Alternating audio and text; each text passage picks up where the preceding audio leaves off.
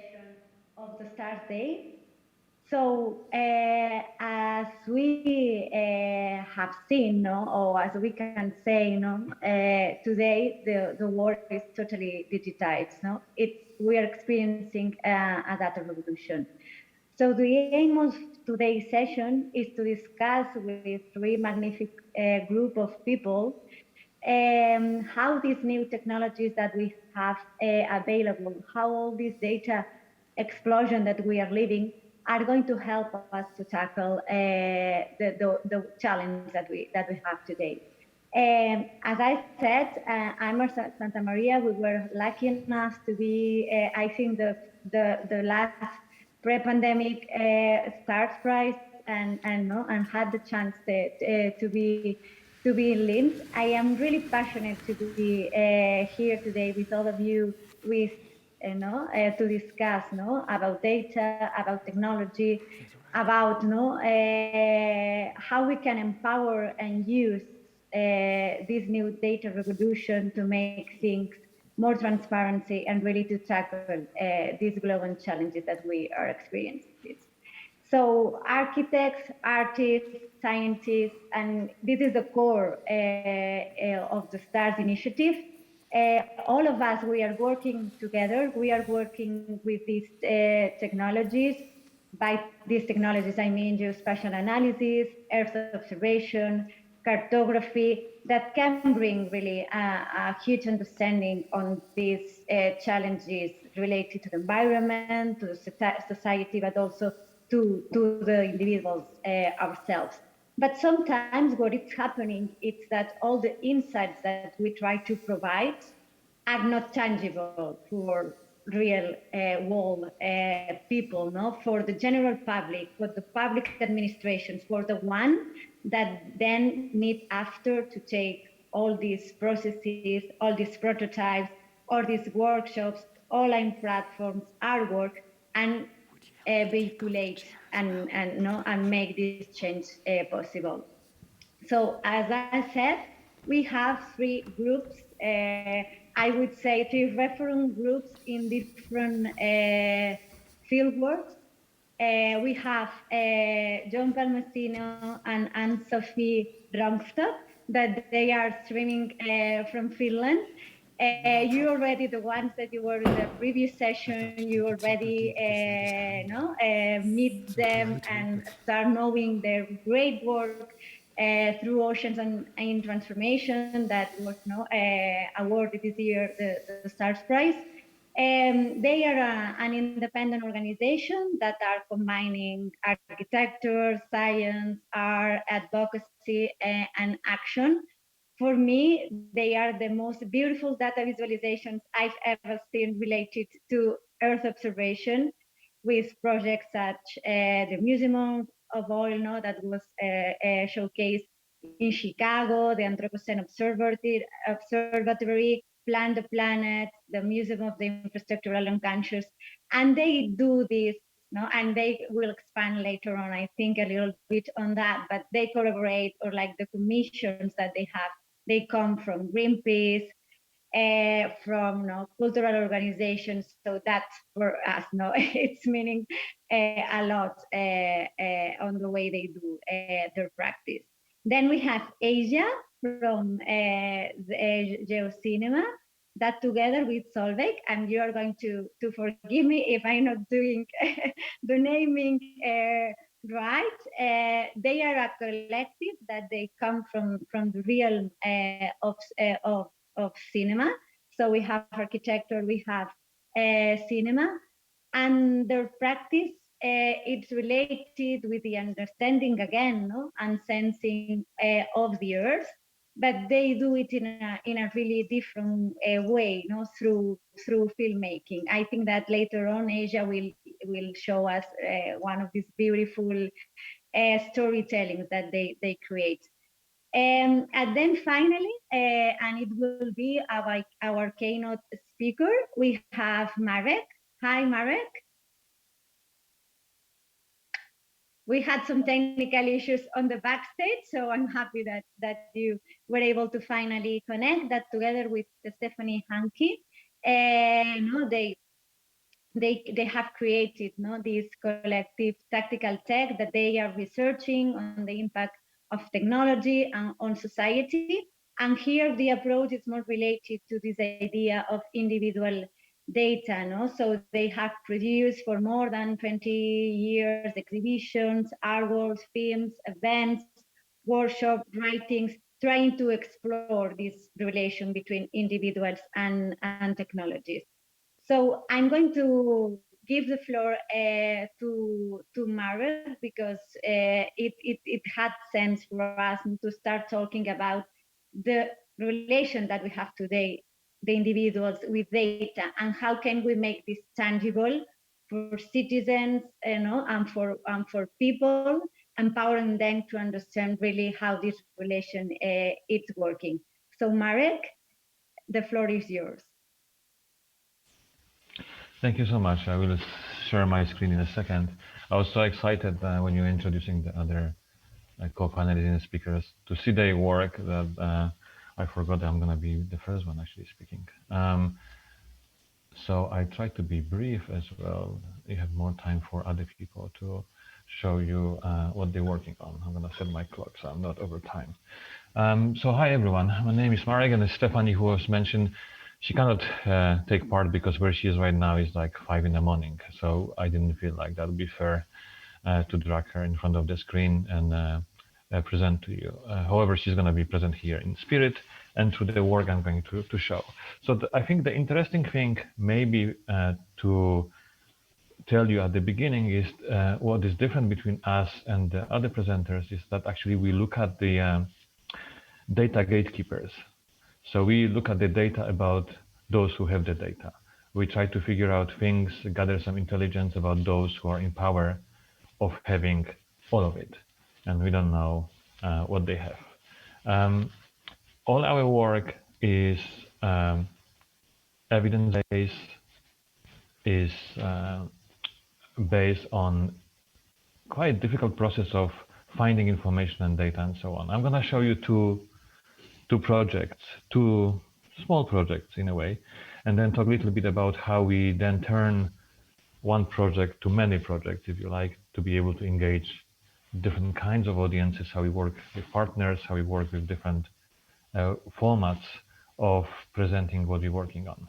And I'm kind of trying to mesmerize you now with some visualization of some classification of data we've been looking at. These two projects I'm going to talk about are about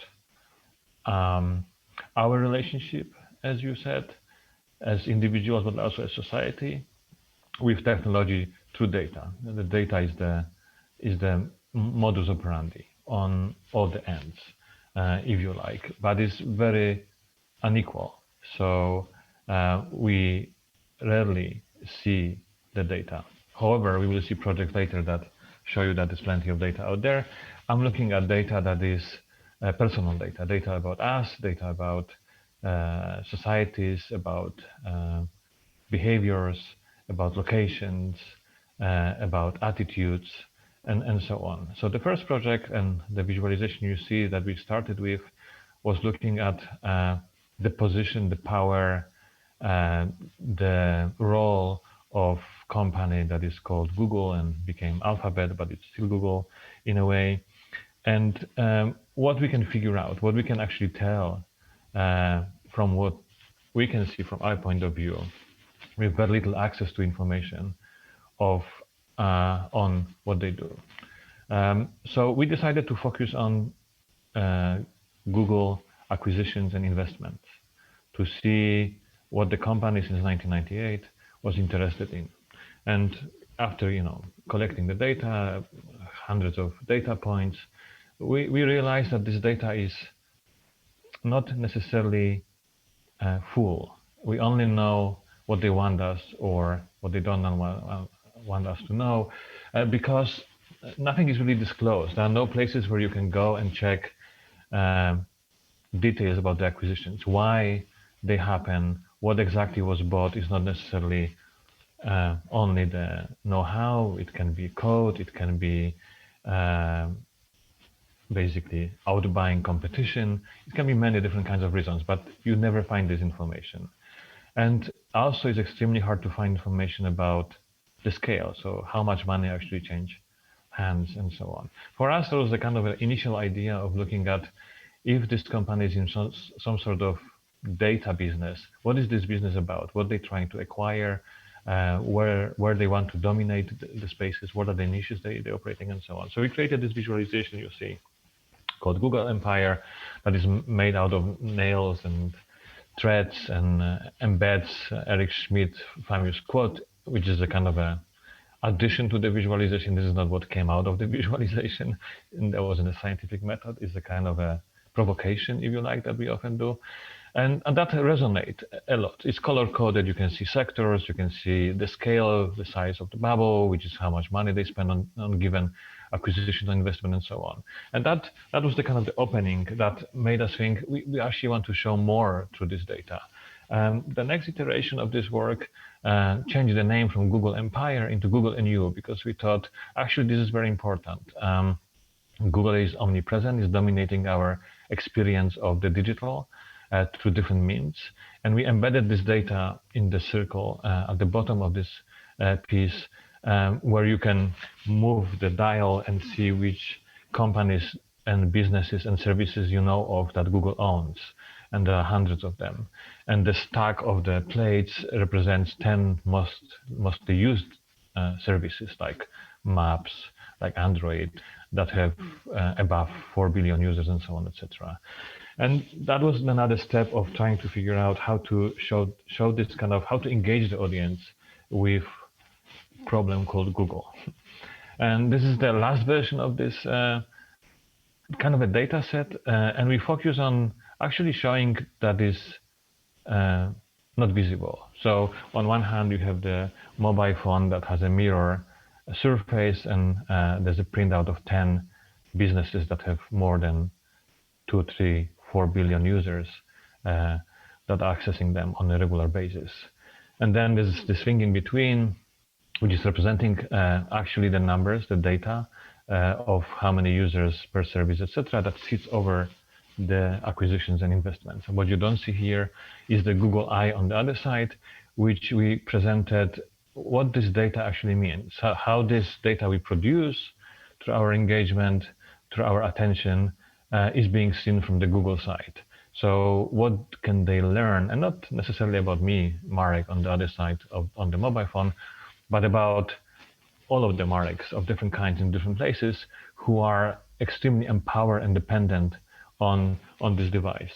So I wanted to show you the story of how we go about the object, because as I said, we try to present the data in such a way, the data that often is broken, that is not full, that is dirty, that is having a lot of gaps and missing bits and so on, in such a way that still tells the story, because the negative side, the lack of information, is part of the story, if you like. So we try to do it in such a way that is interesting, intriguing, that creates a model that helps them to visualize the problem in the mind of the visitor, the audience, rather than us kind of making this comprehensive model in front of them, which is in a way what is happening as well.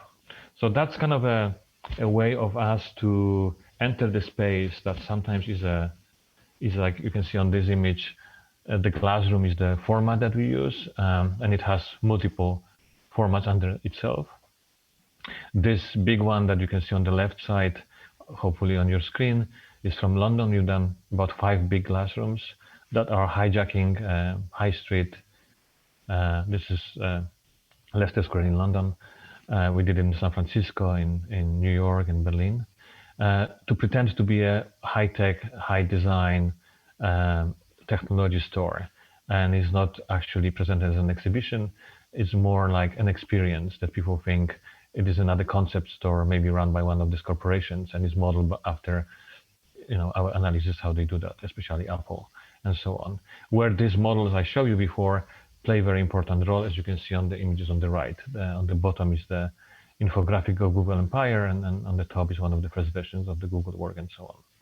And I'm going to talk a little bit about how we scale that, because these big manifestations, this big kind of cultural jamming we do here on the street, is not scalable. It's expensive, it's difficult.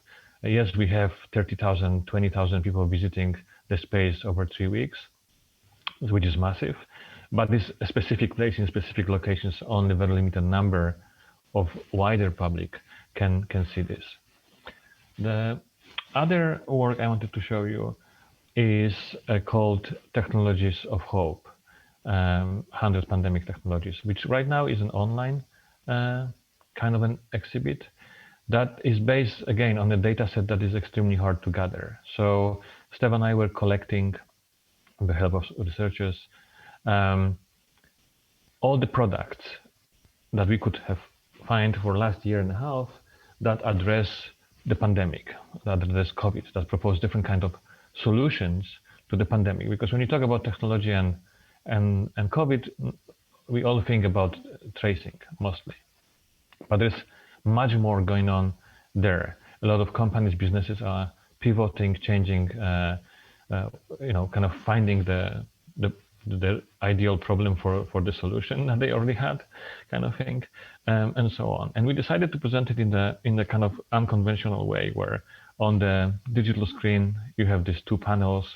The left one is this stable data set that is presented in a kind of incomprehensible list of sentences.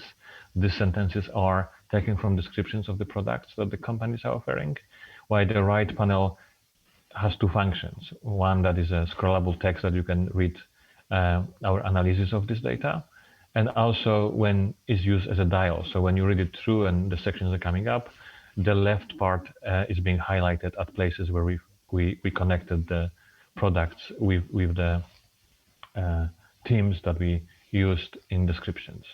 And we decided also to do something very different. To kind of, you can't really explore it by country, you cannot really explore it by the company name. There's a way of doing that, but this is not the direct way. And the reason was that we really wanted the visitor to be able to kind of find their own way, find a language that resonates with them, and then through that discover things. So you have these two modes of operation here that you can dive into the data, but you have the limited number of filters you can use on purpose. And you can read our curation and interpretation if you like. And I think the important thing we've done here is the classification of that data, because you always have to do some sort of classification that would help the audience to look at this information through very different eyes, so usually not what you can find somewhere else. What we did here was dividing these products into 4 categories. Those that are for observing and they operate on kind of ambient high level. They don't necessarily look at individual data, but kind of accumulated, aggregated, either on, through satellites or scanning social media and so on, and we call it ambient intelligence. We look at those that are focusing on sensing, and that's kind of through devices, wearables and so on, that are using sensors to look at biometric intelligence, individuals, but also groups, etc. And to other categories that are doing something different. They propose technologies that are helping mitigating.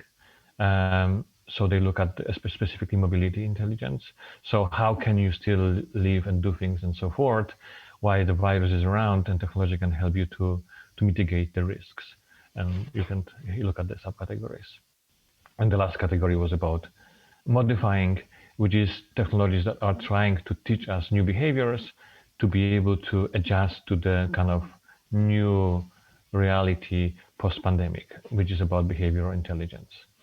And you can divide them into 2 groups. So the observing and sensing is fairly passive, and intelligence being gathered and then can be used, but the link between the from whom the data has been extracted to those who are using it is quite far away. While mitigating and modifying, it's active way of instantly kind of making decisions for the individual and groups in terms of giving them access or forcing certain kind of behavior. And for us, the whole project was about actually realizing that all these technologies that are trying to prevent the spread and the kind of impact of the virus are not focusing on the virus per se. They're focusing entirely on hosts, which is us, which is the vessels that are moving around unpredictably and spreading the virus. So you can also look at the product and see the description. For us also was very important to show the visual, the kind of mythology and visual references that all these companies make through the vocabularies and images that they use to make us kind of attracted to the way they see the world.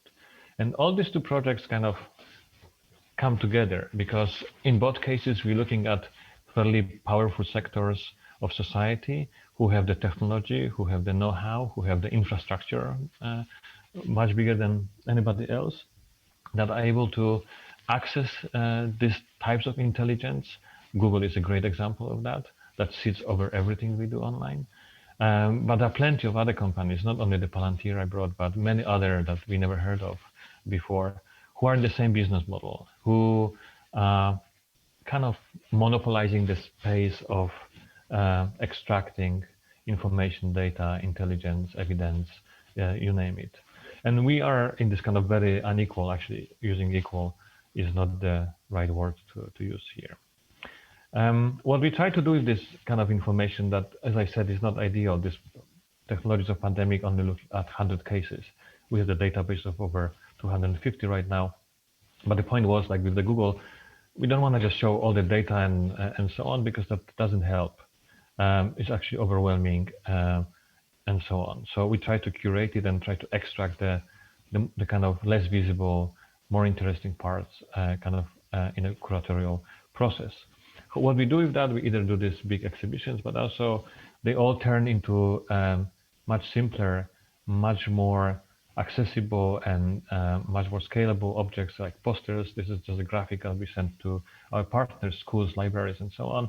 We call it a community edition of the same kind of a content we use for the large classrooms, where we also enable people to adapt, localize, translate all the content and kind of add the context that is important for the audiences or where they're from and so on, etc. So that's for us very important, because this is how what we know scales up and travels. Just to give you a sense of what that means, up until now, last year and a half, we had this number of visitors, 290,000. We had 232 events and in 47 countries, where people use different constellations of these objects. And for us, it's important that the Google piece becomes the paper version that then becomes kind of join the dots fragment of a workshop and exercise that people can conduct themselves and ask questions. It's all about education, critical thinking, and engagement with any level of dealing with data that you're capable of, for which you have infrastructure or knowledge how to do. So those are the two projects I wanted to kind of bring and talk about how difficult it is, regardless of the fact that we're swimming in the seas and oceans of data, to actually gather data, information, and evidence about those who are the gatekeepers of that universe. Not only the big 5 companies, but many others, and how hard it is to understand their politics, their long-term strategies, and how they see, the users. Of course, for Google, it is all about advertisement and so on, etc. But it's not only.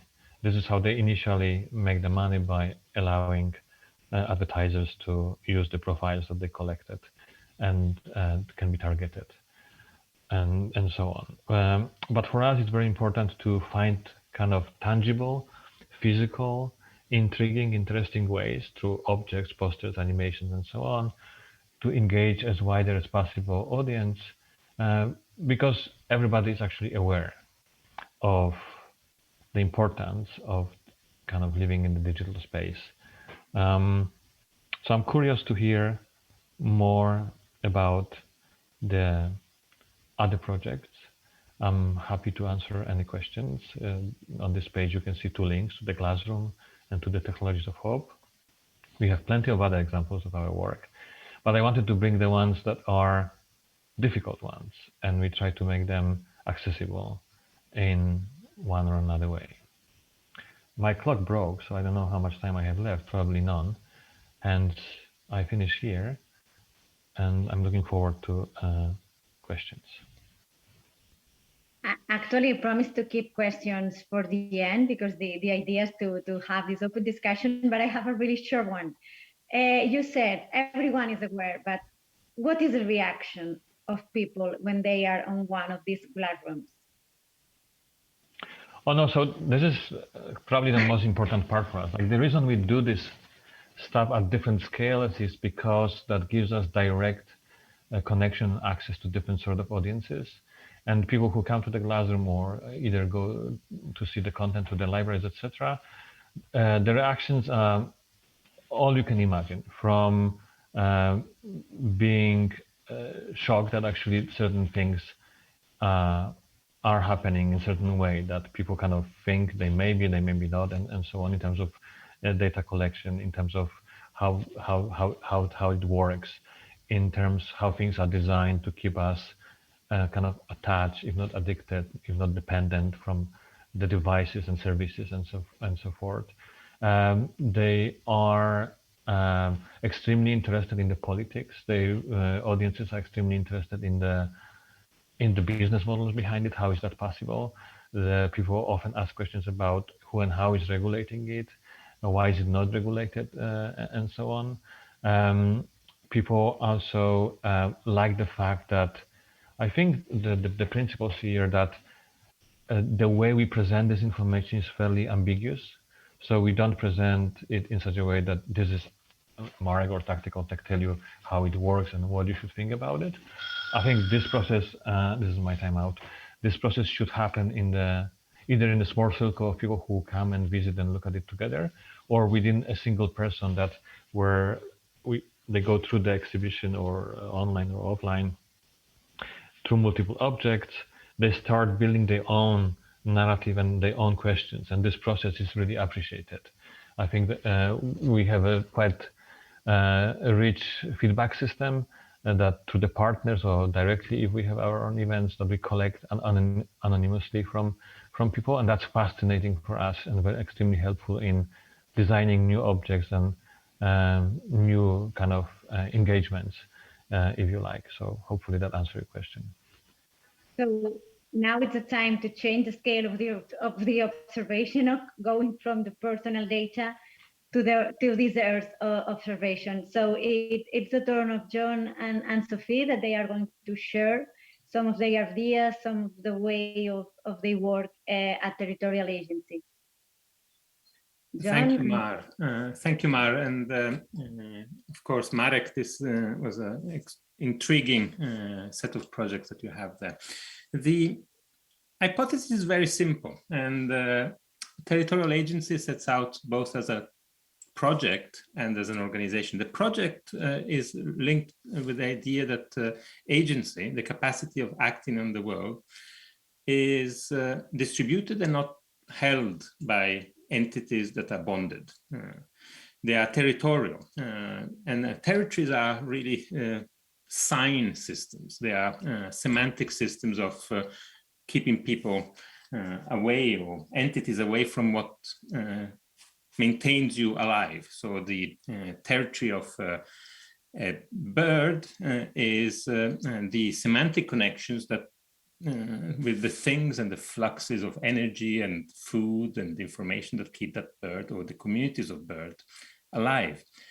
What is peculiar in the contemporary time, in the Anthropocene, is that what keeps humans alive has become an agency that is so vast that has started shaping all the other agencies of the planet. What James Lovelock, of course, calls Gaia, the self-organizing conditions of life, even though self and organizing are very complex terms that are at the basis of life on this rather uninhabitable and hostile portion of the solar system where the Earth is. So it's almost inexplicable how life can be on this planet.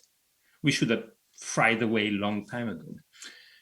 So the question of agency, I think, is very clear in what Marek's beautiful projects show. And I'm so happy to finally get the chance to be on the same panel as this amazing group and organization that is bringing to the public so many insights of our world. The point of the Anthropocene is really based on a new epoch where our agency is shaping everybody else. And this is maybe best characterized by the notion of the technosphere. The technosphere is the sum of humans and everything that we need to remain alive as a species. So everything that we eat, domesticated animals and plants maybe, and the material fluxes that are associated with them, infrastructures of transport and picking plums and organizing wages for picking plums, and the information flows, and of course the energy flows that sustain humanity. The point is that we are now in a situation where our activity is causing so much debris. We are not recycling anything of our activity. In particular, we're not recycling in any way the incredible amounts of carbon that are associated with the combustion of our main source of energy, which is still fossil fuels. So we are in a situation where we all eat and we all stay alive because of fossil fuels. And this is creating a debris in the sky and around us that is the debris of the technosphere. The conditions are really difficult to grasp. You can imagine that the technosphere, of course, is everything connected to the internet, everything that is connected to technology. But we tried to measure how heavy it is with scientists. So everything that you can imagine on Earth is transformed by humans, counts up in a rough estimate, a really rough estimate, which is really on a conservative side, around 30 trillion tons. The other entity that is in the trillions of tons is the biomass. There's no other entity on the planet that is so heavy. So what we have is that everything that we imagine, technology, the hospitals, the electricity grid that is allowing this conversation to be both in Linz, and I say hello to our friends in Linz and online, is consuming so much energy and putting out a debris in the sky and on the ground. And what is interesting is, of course, that the debris is now interfacing with the Earth system so much that we no longer are in a situation to call it the Earth system.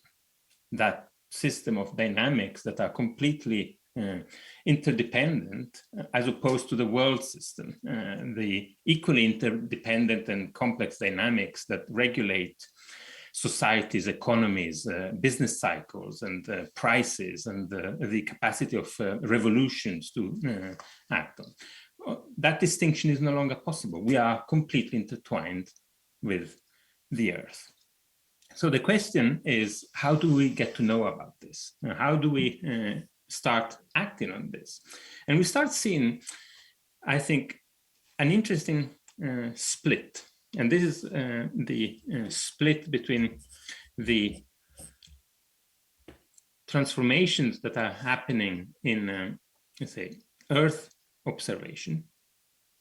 That means all the knowledge that scientists are producing, all the knowledge that institutions are producing by looking at the Earth, both in a direct way through a group of citizens and marking down what they looked at, and then maybe sharing that information, but even more complex programs like the satellites that are orbiting the Earth and sending down terabytes every minute of data that is then to be processed and analyzed in a very complex modeling of the Earth. How do we combine that with the structures of the other side of the information fluxes that characterize the entrance into the Anthropocene that Marek just brilliantly indicated to us? How do we have an Earth system observation and a world system observation not detached, but start combining and start seeing how this, in a very strange way, could be understood as the first moment of almost self-awareness of Gaia. How do we start adding self-awareness to Gaia? So this is really the very simple proposition of a project like Oceans in Transformation, where we start indicating, maybe we can start showing the video so that we have a better understanding for the audience online of what we are describing, where we started looking at how the scientists are trying to understand what is happening to the ocean. What is the ocean? How does it operate? Is it a dynamics that is stable? Is the conditions of the ocean a systemic condition that has fluxes and ebbs that are repeated over time? And can we start the video? I don't know if it's visible online. Maybe also for the audience in the theater. And what we start understanding is that the difficult grasping of how the ocean works is augmented by the fact that the ocean, of course, is one large body of water on the planet, but the ways of knowing it are so different that we cannot understand how our ocean is different from the ocean of someone in the Pacific. Is it simply different ways of understanding the same ocean, or are there actually multiple oceans? And so the hypothesis for us is that there are multiple oceans. The oceans are plural. And we need to find ways to engage with this plurality. And this is really the proposition of the project, to start bringing together on, so to say, screens, the plurality of ways of engaging with the oceans and measuring it, measuring how it has changed over the past and how it is changing now, in order to somehow have what we used to call the world system, the information of societies, start engaging more directly with the transformations of the Earth system. And what is interesting, of course, is that the transformations are multi-temporal. So when we look at the project, you will see that it's organized through a series of tangent lines, the trajectories that span the planet and intercept both changes and tipping points of the complex climatic regimes of the Earth, without making any distinction between land and ocean. And they intersect complex tipping point of the world economies and the cultures. So for instance, when we cross the Atlantic, of course, we encounter the Black Atlantic of the slave trade, or better, the trade of enslaved people. And when we look at those remnants, we encounter the contemporary forms of deprivation of life through the extension of plantations, not 200 years ago, but today, the deforestation of the Amazon, the deforestation of sub-Saharan Africa.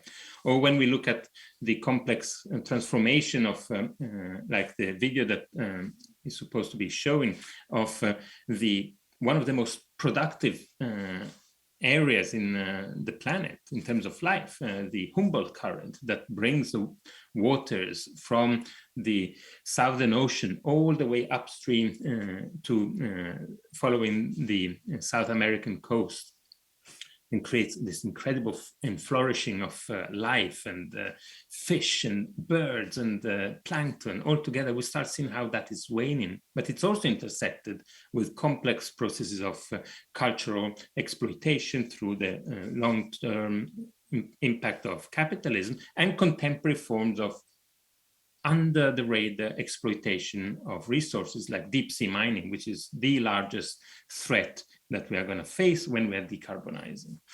In order to decarbonize, we need so many of the so-called rare earth minerals that we are now going to destroy completely the ocean life by engaging in crazy extraction of it. So the project is really trying to mark and position, so to say, semantic notions of understanding what is happening with the Earth system understanding of where these things are. And the project is really then trying, once we bring them together, to engage the different groups that are producing this information, the different groups that are engaging with them. And they range from groups operating with artificial intelligence, trying to monitor the placement of vessels and their activities on the oceans, to local organizations that are trying to organize their fishing stocks.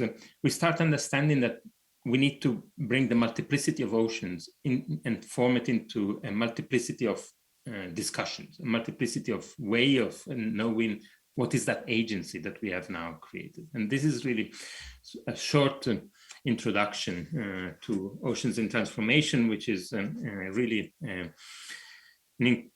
incredibly generous offer given to us by Thyssen-Bornemisza Art Academy to engage in a long-term research in trying to engage different groups, different polities into thinking together the oceanic, no longer just the ocean and land separate, but the oceanic as a way of being.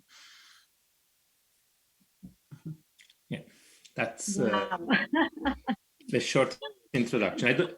It's difficult for us because we don't see what is shared of the video, but what you saw basically is a number of different data sets, and you see how incoherent they are, how different resolutions, how different projections, how different ways of understanding the oceans are available. And those images are full of gaps, full of noise, full of misinformation, and they are nothing else than a starting point for the conversation where we bring together different groups and different entities. It's a trajectory that went from Antarctica, where the ice is melting because of global warming, actually because of the ecological catastrophe, climate chaos that we have unleashed, all the way up to the beacon of science about life, the Galapagos Islands archipelago, which is the location, of course, of one of the most incredible moments of thought in human history, the voyages of Charles Darwin and the understanding of evolution of life. I'm afraid, John and Sophie, that we need to move on. But I think what is really relevant, no, on the work, no, that you were showing, it's how, no, you are mediators, no, between something which is science, no, and all the knowledge that is produced, and how can we turn that into really a storytelling that can bring the change on. No? It's a question that I have for all of them after. I remind also our audience that you can send us the questions, and finally in the wrap up we will try to have the occasion to ask all of them. So let's move to Asia. Asia, are you here? Yeah, can you hear me okay? Yeah, okay, so I'll start right away. So Geocinema, the project that I'm doing with Solveig Sus, who is not here today. So this project started in 2018 as a conceptual proposition.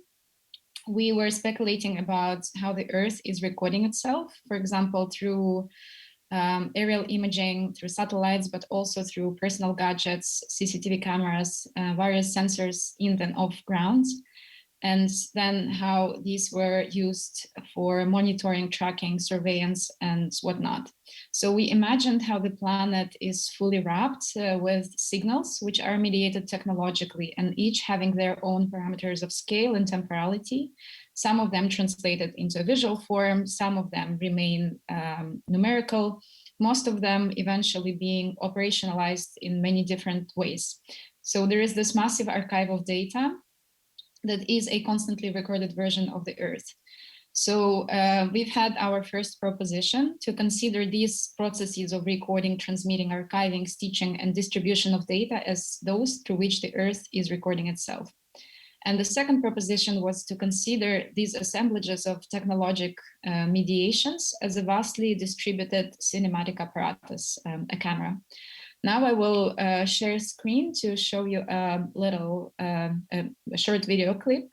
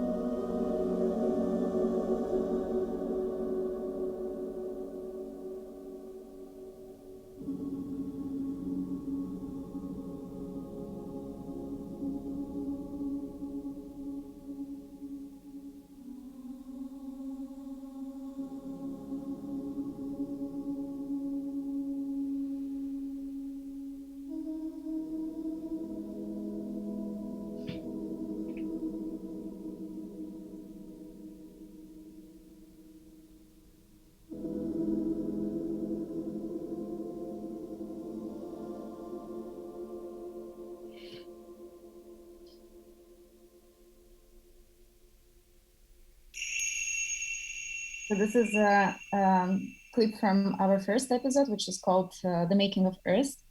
And this was shot inside a massive cinema theater, which sits at the center of the newly built campus in Chinese Academy of Sciences in Beijing. In 2018, we learned about a newly launched project, which is called the Digital Belt and Road, hosted by this institute. And what this project promised immediately caught our attention. To synchronize all Earth observation data through an international and centralized platform for various users, from researchers to contractors. So the proposition made by this platform, announced by Chinese Academy of Sciences, was our first case study, and it strongly resonated with the topic of geocinema.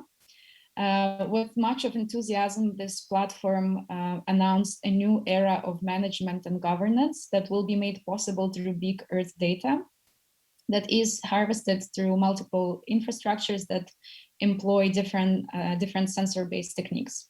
So for us, the questions were, what are these new forms of governance, and what does the image of the Earth, as well as the processes of its sensing and imaging, have to do with this? In that cinema theater, we were invited to watch a bombastic three-dimensional film where a strong narrative voice advertised humanity's main challenges, which is climate change, and suggesting that D-Bar is a platform that is designed to solve these problems. So the question of representation inevitably popped up, especially since there are so many conversations today within the expanding field of environmental humanities that refer to the image of the Earth while speaking about climate change, future, modernity, extraction, and the Anthropocene. It is an image of a blue sphere that is floating in space and feels very familiar, well known, and the Earth here is always presented as this holistic object that is linked to us through narratives of our shared home, oikos, a place that we should all take care of. And all of that started somewhat 50 years ago with the United Nations' message about environmental protection. So we argue that the project deploys environmentalism as this new uniform ideology, which is mobilized against prospected climate change, where under the call to recover the planet, big data is accurate from geological formations, social relations, urban development, and more, so that the Earth can be seen in greater detail. Here, disasters and other risks, markets, populations, and climates can be algorithmically calculable and mappable as the nearest future forecast. So this panel today was invited to speak about artistic and activist approaches to make data tangible for general audiences. And this is precisely the seeming intangibility of data regimes and their effects was the starting point for our practice that eventually unfolded as a documentary-led research. The imaging techniques today are operationalized in ways that escape immediate visibility. They are part of larger constellations that include migrating forms of governance that spread through the territorialized flows of global markets. So first, we decided to physically approach infrastructures that mobilize Earth observation images, and through interviews, attempts to access sites, going through bureaucratic procedures, we wanted to investigate what this platform is and what are the implications of it. So now another short clip. Probably. Sustainable Centers. In November 2016, DBAR was launched.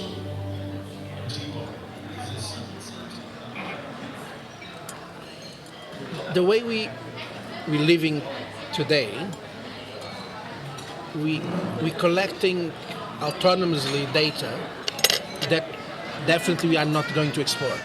To give you a very specific example, I visited recently one of the places where they collect Landsat data in the US, in Sioux Falls, in South Dakota. And I was able to witness the process of the collection of the data from the satellites. Basically, the idea is the following. Whatever data you're collecting in every different round, the satellite passes, and you have really, it's impressive because the ground station just opens up, then it moves to the direction of satellites, and then it starts to receive data, and then you collect data for some 15 minutes, I think. And then they archive it. And you can imagine, it's an enormous amount of data. We have data since 1970 something. So now we have a technology that allows us to have a satellite. We are able to look to the whole Earth from the outside. That's a real revolution because it's a radical disruption, because you're not mapping something from the inside, you're mapping from the outside.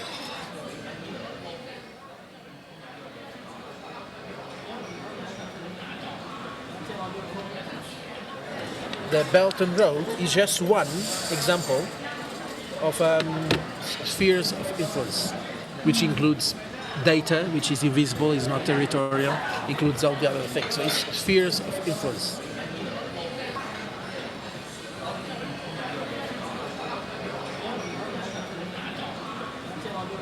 They've been investing in each and every different country in Africa.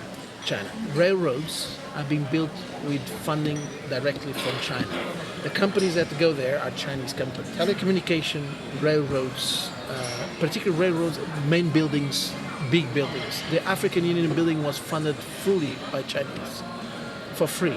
It's not for free, because there's a rent agreement, a long-term rent agreement. The model is simple. It's a long-term 50 years rent agreement. After the 50 years, they have to give back. That's what's happening in some countries that are not able to pay back the thing. So, but this is not imperialism. It's in pure capitalist trading or investment, and the country does it if it wants.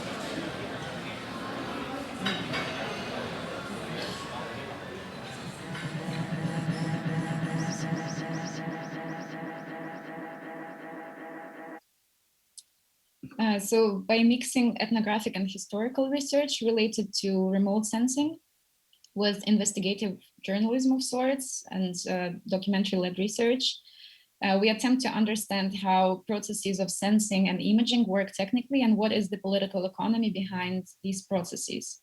And through that, we wanted to question the already too convenient message of a climate crisis as it being instrumentalized by nation states and private sector, and which, when employed by platforms such as DBAR and their multiple collaborations across the globe, creates a situation of obscure geometries of power, which are very hard to locate as they operate beyond the logic of nation states. For example, in this case, through what is pitched as a capacity building for scientific exchange, states, corporations, and individual agents acquire sets of data, including those from and for developing countries, which do not have their capacity for the remote sensing infrastructures. So the design of the Earth observation platforms presupposes the design of these economic relationships, while data is being used to recognize business opportunities, as well as to preemptively develop risk management responses. for the dramatic consequences that are caused by these operations in the first place. So I suggest I stop here so then we can have more time for questions. Thanks a lot, Deja. So now it's the time for discussion. My idea was that each of us can ask the other, but just to break the ice, no.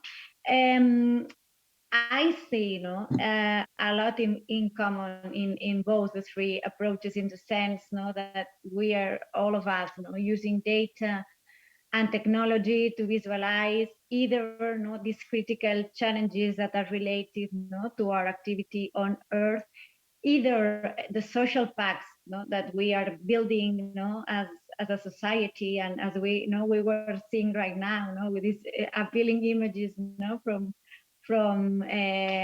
Geocinema, how we have behind networks of power that somehow are on top of these social pacts. So my first question for the three of you would be, we had somehow different technologies in history that allows us, for example, in the in cartography, to actually be a tool to have the power on the decision making of a territory. So what does it make the difference right now? Is the idea that the challenges are really critical and we are like in a moment where we are fighting for our survival? It's the idea of the scalability and the globality of the phenomena itself.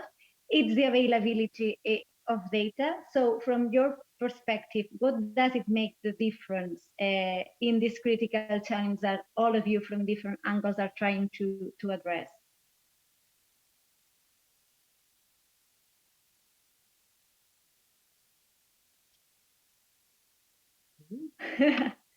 I lose them. No, maybe I jump in, and apologies, Anne-Sophie, I have to leave us for a minute or two.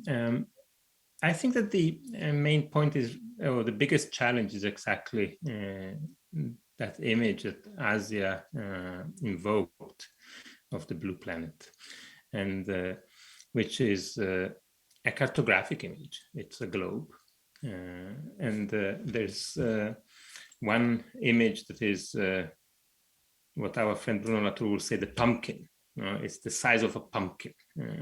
It's not the Earth, it's just a big pumpkin. And the fact that we still talk about cartography in relationship to a globe, rather than talking about the very basic condition of a lively planet, is indicating of the major challenge. We all are living in the debris of the modern, who thought that they will be able to control through more information, through more knowledge. That is the major challenge. We still are in a situation where we are thinking that to solve the problem of too much technology, we need more technology. And this is a real difficulty, because of course it's what keeps us alive. So we're not saying that we should somehow disentangle ourselves, but the real difficulty is that we are so dependent on technology for the conditions of operation that it's so difficult to disentangle ourselves. And this has to do also with the so-called power that lies behind these technologies. It's a power that is not achieving the basic conditions that we have all collectively set up of maintaining a pathway to decarbonization that would lead us to survival. It's a power that is becoming more and more unable to organize the information warps, if not information wars, that are not allowing us to surpass this pandemic in spite of the incredible advancements of technology, in particular of life science technologies, that will allow us to get rid of the pandemic. So this is a real difficult situation, because we talk about power as if it is always somehow hidden behind, hidden somewhere else. But the difficulties in our mind, and this may be my way of relaunching it to Marek, is that the intricacies of contemporary intrusions of technology in everyday life have become so prevalent that is, making it apprehensible. Starts maybe being a project that we all shared. How to democratize the internet, how to democratize information. It seems that we might be at a cusp that was the project, but we are now entering a completely different condition where that turns out to be an incredible effort that needs to be readdressed, because the ways in which different forms of power are operating are obliterating democracy, are obliterating capacity of acting. And so we need to maybe at the ante transform completely our activism and transform completely the way we imagine sociality, the way we imagine institutions. And I think this is me passing the ball to Marek, because I know that you are such an incredibly passionate activist about the neutrality of the internet.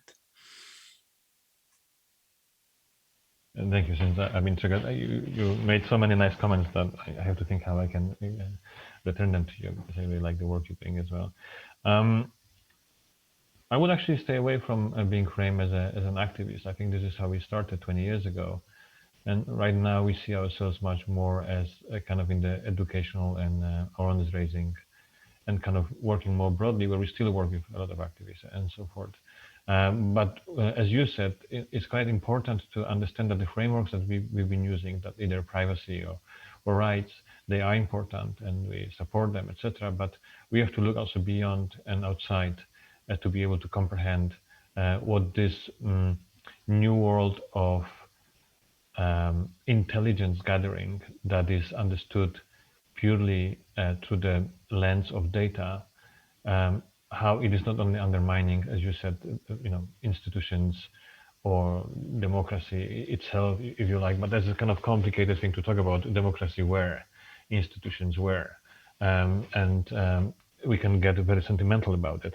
I think for me, it's important, I think, to realize that we kind of falling into this gap that either we're going to create a digital twin of everything, Earth is an example, or universe, or whatever, because we believe so much in power of technology we have at hand, that is actually extremely primitive.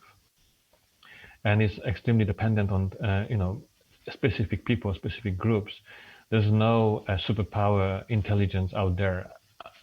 It only happens in the imagination of some white billionaires who think of singularity and they have these dreams about controlling that singularity and owning it, and then so forth, being able to sort out the problems of the world. This is a fictional world of this kind of individuals that doesn't exist actually.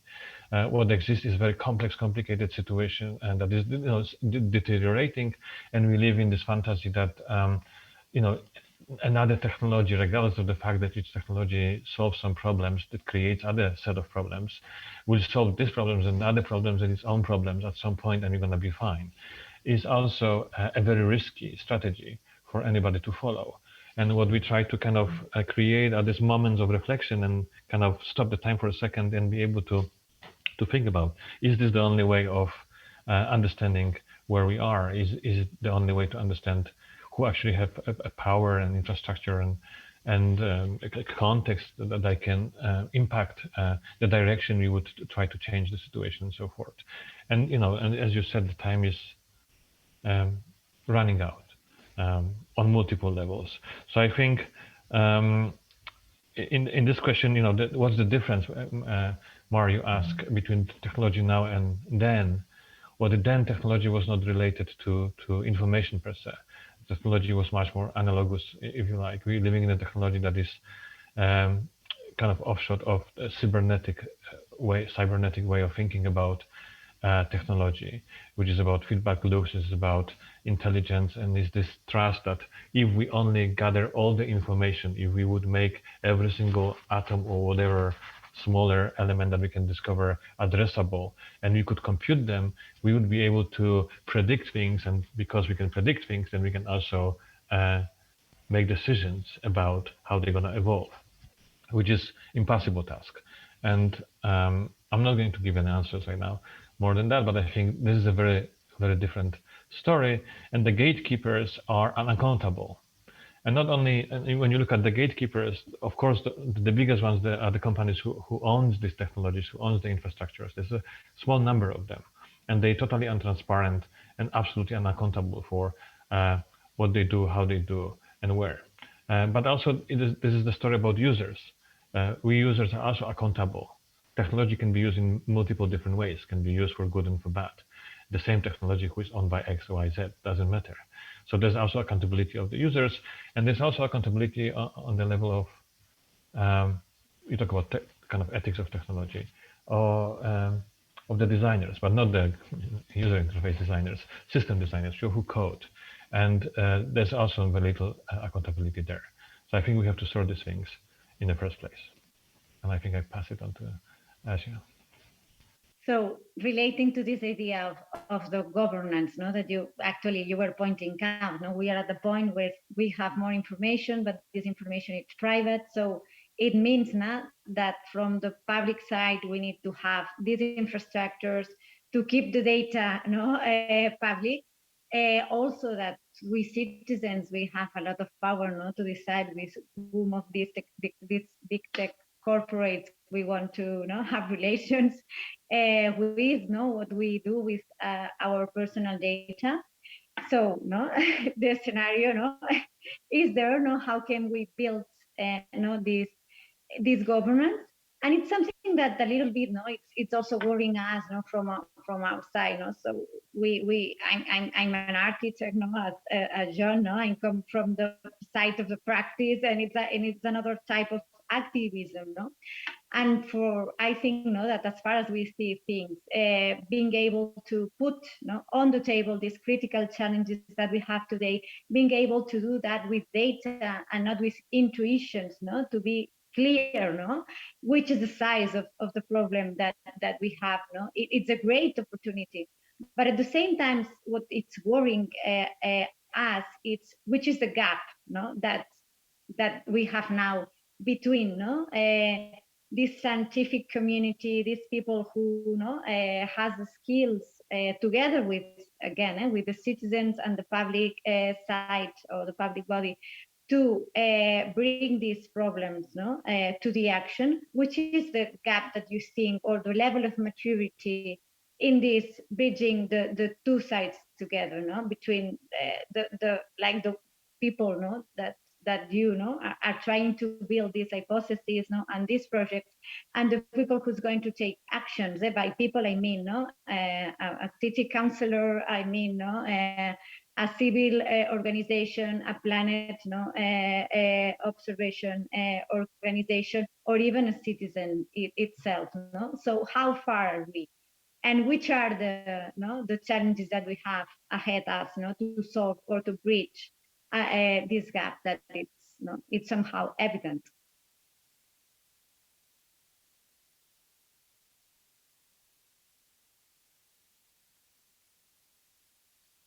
Asia, maybe?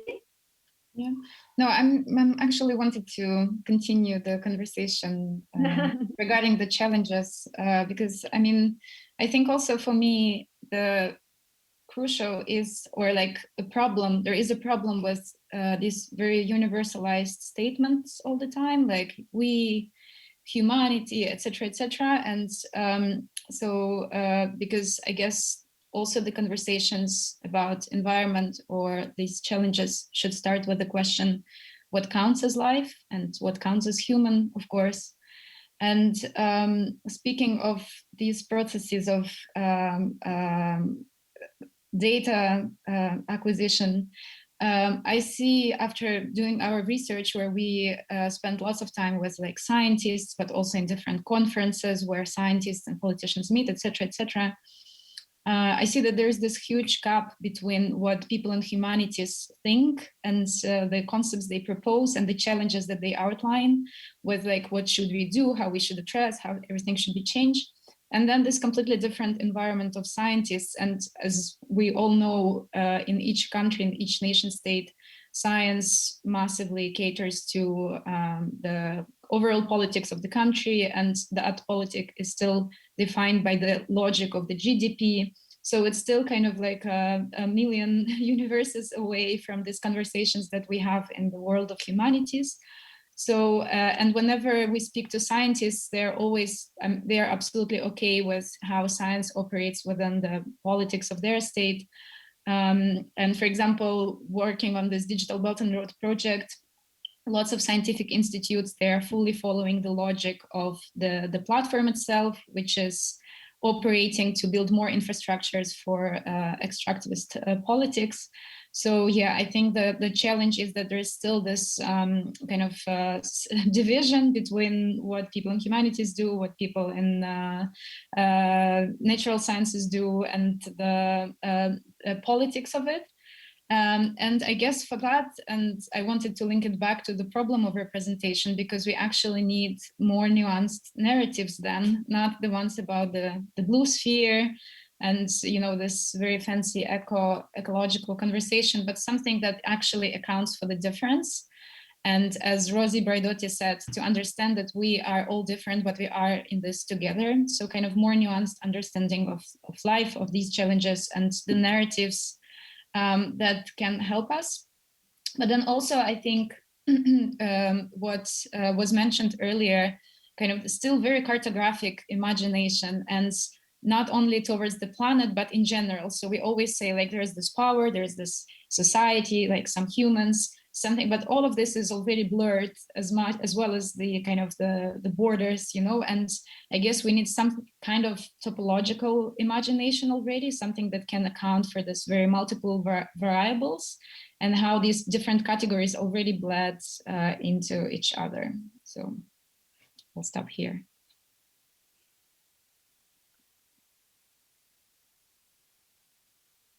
John, do you want to? Yeah. Mar, I think that, no, I understand the notion of the gap. Look, on one side, there is knowledge produced, and on the other side, there's action, and you lacking. Now, I think that that is really at the center of the old ways in which activism operated. A sort of deficit, a gap. There's a deficit between what you feel. If only you would feel what I feel for the whales, you would act differently. If only you would know what I know about human rights violation in Belarus, you will act differently. Now, I think that this is a really important conversation, and it's structured incredible efforts by many organizations, mostly non-governmental organizations, to provide better understanding and the framework for critical debate in what used to be called the civil society. But that deficit structure of activism, and this is a wording, it's a scheme that I've really learned from our friends at Greenpeace, in particular Charlie Cronick.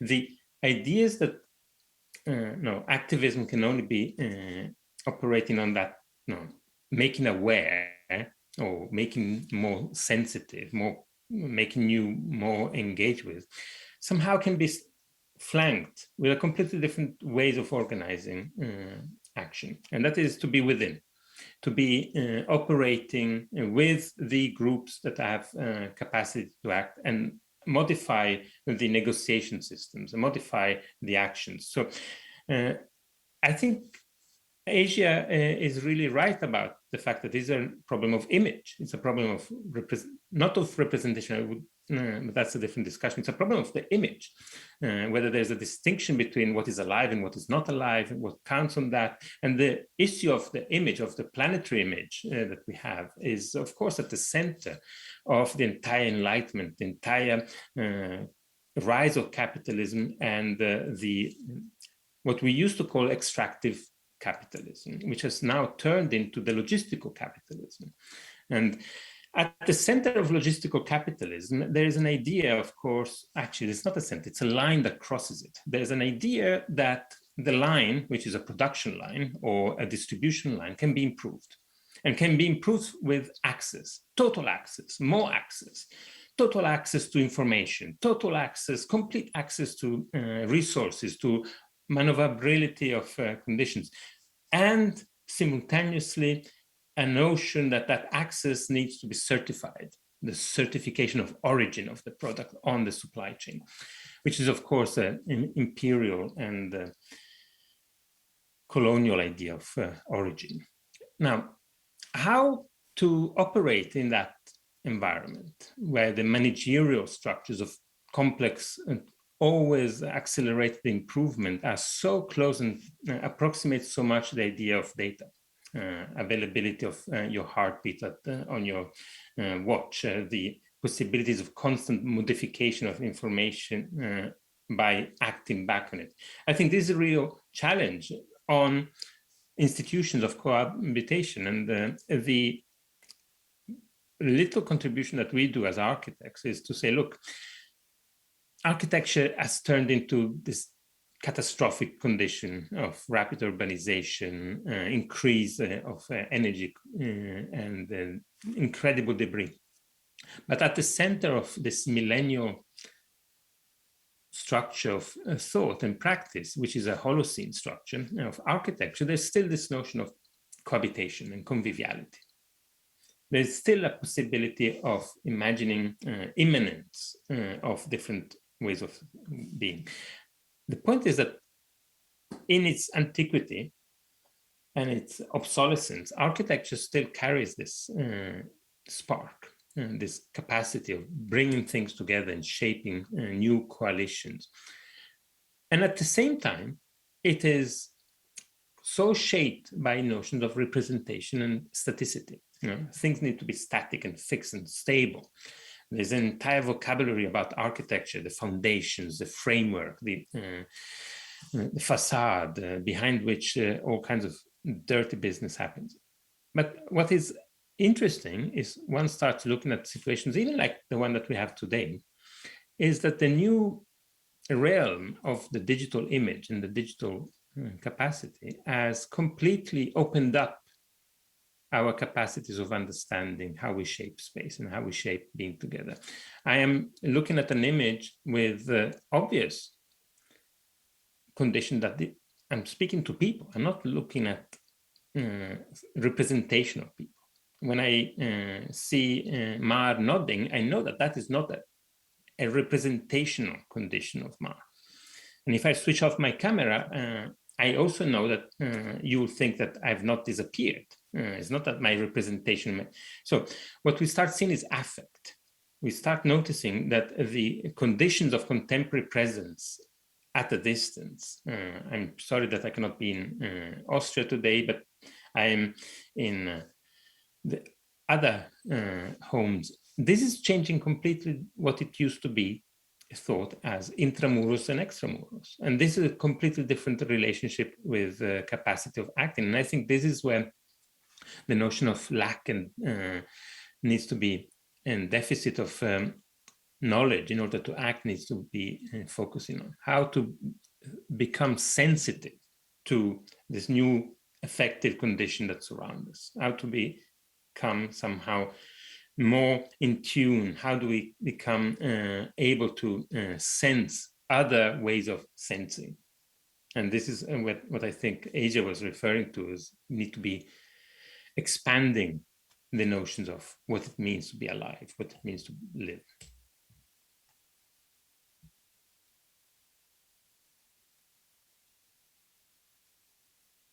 Mario, muted.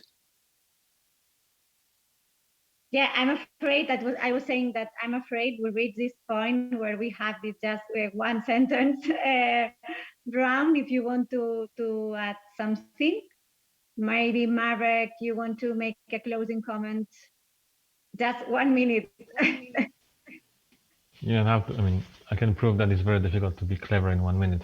I would say for me, this is partially crisis of imagination.